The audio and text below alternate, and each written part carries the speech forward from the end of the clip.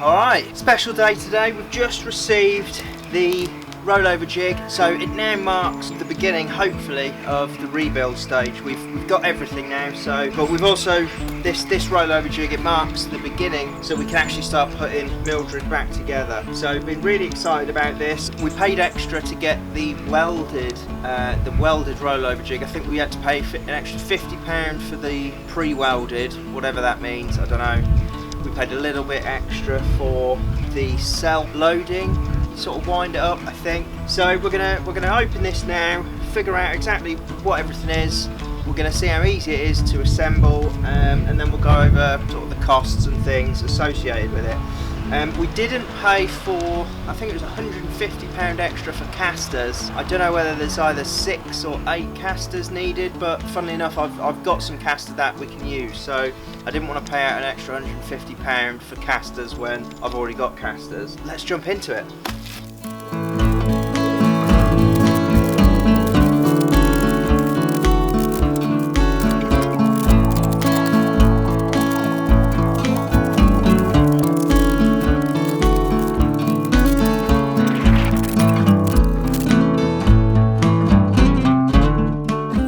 Right, so my initial thoughts of this kit are it's built really well. I really like how sort of cottage industry it is. There's no frills and thrills, it's unpainted raw steel, so you know, you're not getting a lovely painted finished packaged product here.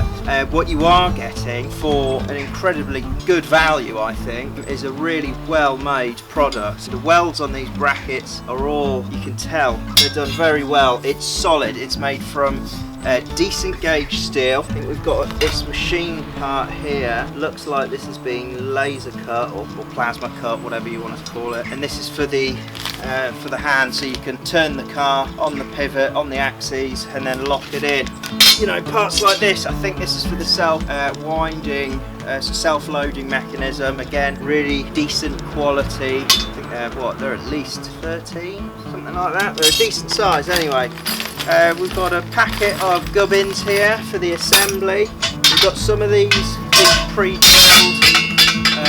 The bolts have been welded in. There's a few bits where the swarf's still on the end there, which is a bit annoying, but yeah. So let's have a look at the instructions and figure out how to put this together. I am going to spray this down at some point with some brake fluid cleaner, and we'll throw some primer on these bits just so they, because they're going to be outside, we don't want them getting rusty. So let's crack on. Okay, so first things first, you probably don't have to do this, but ours is going to be left outside, so I'm going to paint this.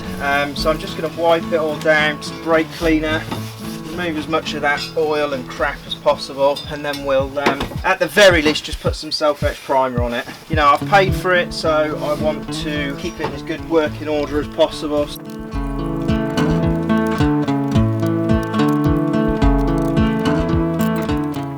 Okay, so one of the things which I'm noticing is, like I said before, this is like a cottage industry. It's, you know, it doesn't come in like a nice package, and that's really good, because you want something which is solidly made. Some of these bits they really could probably do with deburring a bit more, because they've got some pretty sharp burrs and corners, but you know, that's just being picky. It depends what you're expecting when you buy one of these, or when you buy them from the company that I did. So I'm really happy with it, and I'd rather have got it a bit cheaper. I don't know if they offer an option for a painted version, I don't know, but I thought this was quite cheap.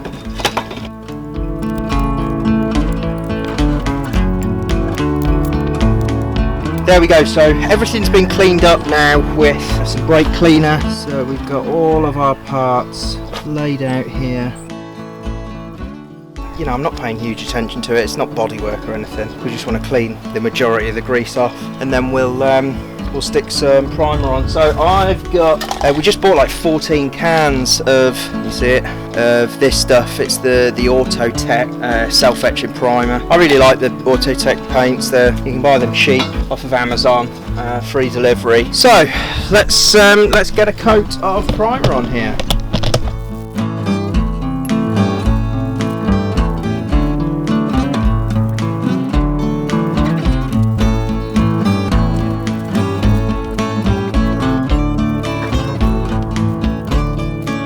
Now I've seen a couple of bits online where people were whinging a bit about the instructions, but saying that the pictures didn't match up. Now these jigs, they're not just made for Morris Minors, of course, they're made for all sorts of cars, and so there's going to be differences. So it's got here at the top, note, we are in the process of revising these instructions. Some of the pictures may show an older design. Apologies if they confuse. To be honest with you, I don't think it can be any more difficult than any IKEA furniture, which we can all put together no problem. So they've got the instructions, they've got pictures, and like I said, it's cottage industry style, so it's all pretty basic. Although their printer's obviously running out of ink because the black ink cartridge needs renewing. Okay, so do not attempt working on the car until it's perfectly balanced. The locking pin and disc should be under no strain at all, so obviously they're not designed to hold the weight of an unbalanced car. It can be balanced so that it can be turned with just 2 fingers. See the video demonstration on our website, rolloverjigs.com. Okay, so it looks like it's a family run thing, so thank you for purchasing one of our jigs, Thomas Amos and David Amos, whichever one. So we got it from Rollover Jigs. Now I can't quite remember the exact price, I think it was about $350, $360. We paid a bit extra for the self-lifting, which I believe is what this is. We didn't pay for the casters, like I said earlier. We'll see how it goes. Like I said, let's leave this for the paint to dry. I'll turn it all over, give it another coat on the other side, and then we'll give it a go putting it together. It's got here, so this is for the self-lifting. Grease top and bottom of tubes of the self-loader before use. Keep threads well greased for ease of lifting. Right, so we've left the parts overnight to dry. They're all looking really good.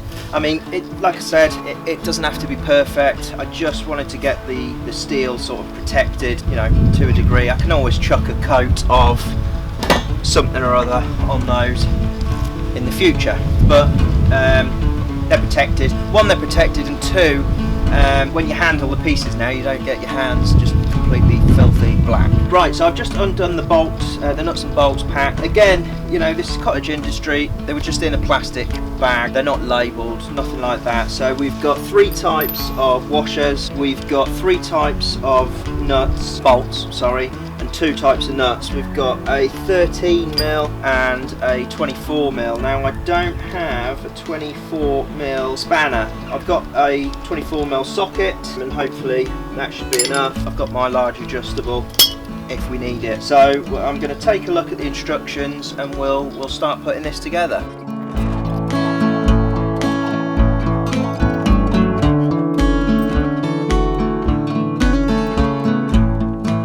So far it doesn't mention anything about the washers, where you put the washers. I think you're just going to have to figure that out for yourself.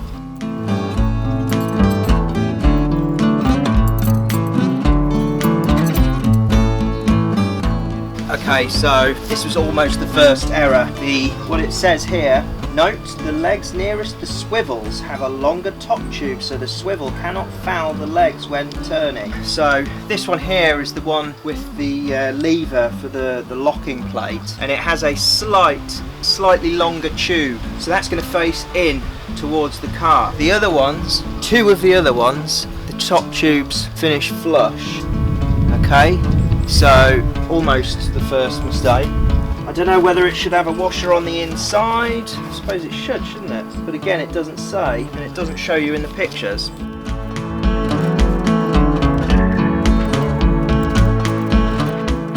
So I'm just putting these on loose so that if something goes wrong, which it will.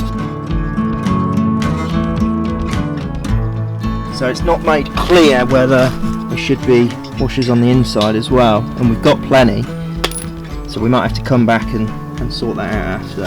So we'll put this cross piece on. It says to note that these pieces, they're obviously adjacent to each other, so one's facing in, one's facing out. What I'm going to do is I'm just going to leave that all loose, make the second one up, and then we'll figure out from there. Okay, so I've got both the frames set up here, all just finger tight. Obviously this piece is going to have to come off to fit the actual bracket that holds the car. So onto the second section. The car has bumper irons that bolt onto the chassis rails, fit these, and also drill and attach the crossbars, leaving all bolts loose until everything fits together. I have no idea. Now that's frustrating because on the back I've taken off the bumper mounts because they were so bad, so that means I'm going to have to put them back in order to fit this. That's really frustrating. On the back they were extremely corroded and I've got a lot of work to do around those areas. Same on the front, and they're already not matching up very well, which funnily enough, I've measured these on centre and I know that they're spot on. This jig is a bit tight. It also means you have to use the bolts that came with your vehicle. Now if they were not in good shape, which mine weren't. Right, okay, well this is going to be a bit of a hassle. I've got the two bolts for the front here. These are really corroded though, especially this one. The back bumper, if you remember, I can't remember what video it was, maybe 3 or 4, I had to remove this bracket from the base because I couldn't get this bolt off the front. These are seriously corroded and I didn't know whether I was going to restore these or just buy new ones. By the looks of it now, I'm going to have to put them in, so I'm going to have to try and get this in the vise and get this off somehow, so I'll see how I do. Okay, well that's taken well over 2 hours. That was insanely difficult. Now for 2 reasons. One is just the situation that we've got here. 2 is the holes that are in these mounting sections, they're just not big enough. So what you end up doing is having to either make the hole bigger, which I didn't have a big enough drill bit to make this bigger. You have to tap it on with a hammer, and I put a block of wood on and tapped it, and what it does is well, in my case it wrecks these threads even more than they already were wrecked, and that was front and back, so it just made it more difficult. So the first thing, which was an issue for us, is that these brackets on the front and the rear are absolutely destroyed. So I didn't realise that it mounted, it's probably my fault, but I didn't realise they use these bolts to mount to the vehicle, and it's just made things more difficult. So these are on here, but I can't get them any more tighter than they are. So this one is, you know, it's far from ideal. This is now stripped, and obviously these are welded in on the front, so it's not a quick fix. Obviously I was planning on redoing these, but when I'm at the point of redoing these panels, not before, because obviously all the stuff around these brackets is crispy. The back, just as bad. I actually, when I took this bumper off, I removed one of the brackets while still attached to the bumper because it was so bad. So I've just spent an hour getting this bracket off of the bumper. Managed to do it, but then the problem we've got is, if you can see, the side, you know, these brackets, I've put a new bolt in here through the base of the floor, but they don't attach to anything on the sides because there's nothing there. Same on this side, you probably can't see very well, but they're on here okay, because luckily these threads I was able to clean up, so it's on there nice and tight, but it's not really holding on to much. It's a bit frustrating. I mean, these jigs, I suppose, we're doing a full restoration here, and because the car's in such a bad way, now there has to be something for these to mount onto. So if you haven't got the front and rear mounting points, then you're up the creek without a paddle. But look, okay, let's crack on anyway, and we'll see where we can get to next. So we've got both the frames loosely done up. These are on the front now, so let's figure out the next bit.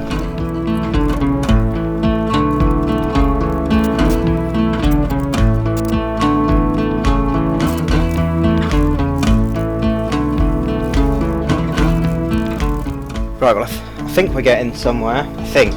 So we've got this all fitted loosely now. This is how it's looking. I haven't tightened anything up. So this is the self-lifting mechanism. So we tighten this bolt here and it lifts the car to the plate, and then we lock the plate off here. So the tricky thing now is the back. The back is a bit more awkward because I've sort of got it up on these blocks and it's all going to be in the way, so I'm going to have to clear this out of the way and just see if we can get in here. So let's do that now.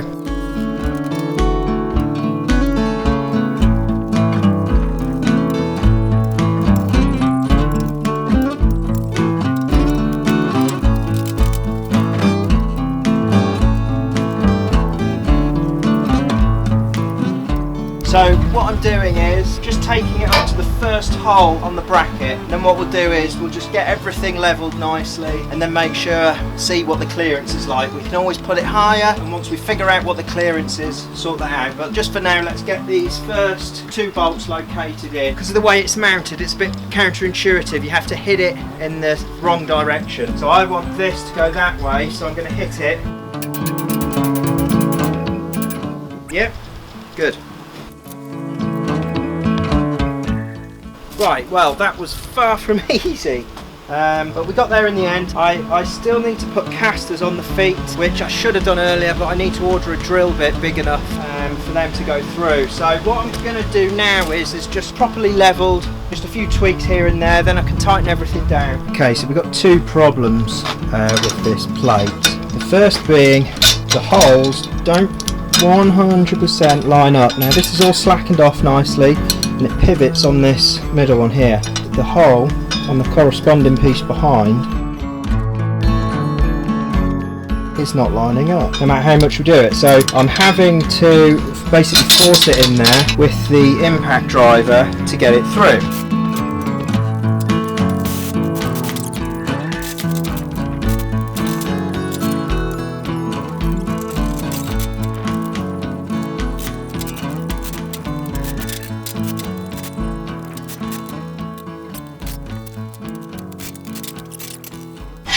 So the lifting mechanisms can be taken off now. This is actually going to go up a little bit further because I'm putting casters on here at some point. So as long as I've got clearance, that's fine. What I'm going to do is just turn it round, have a look, see what the clearance is like. Yeah, we got there in the end.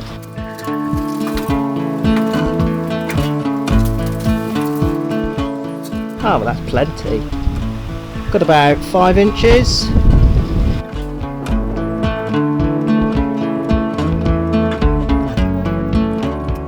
Obviously this is where the brackets aren't really doing much, but that will get better. You can really see now what the job's going to entail, because beforehand, this is where I've cut a section out.